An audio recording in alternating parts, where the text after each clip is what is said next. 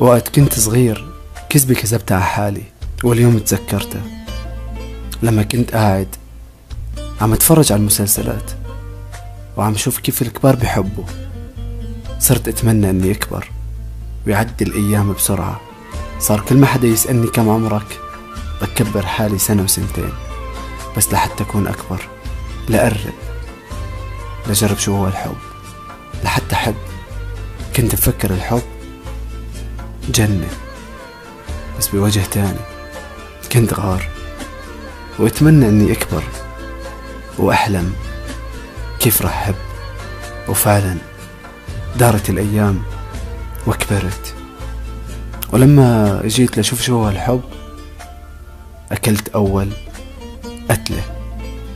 قتلة نستني مين انا. اول ضربة، اول جرح، اول وجع خلاني اكره كل شي، خلاني حتى اكره حالي.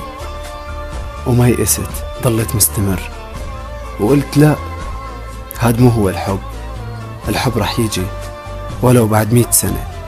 وعدت عم دور. أكلت تاني قتلة وثالث قتلة ورابع وخامس وسادس لحتى بطلت حس بقلبي. كنت مفكر الحب مثل فرس الأحلام اللي بيجي على خيل أبيض، يلي بيشيلني من حياتي، ياخدني لعالم تاني. كنت مفكر الغرام جنة بس بشكل تاني. كنت مفكر انه رح انحب ورح اكون مبسوط، رح اكون سعيد.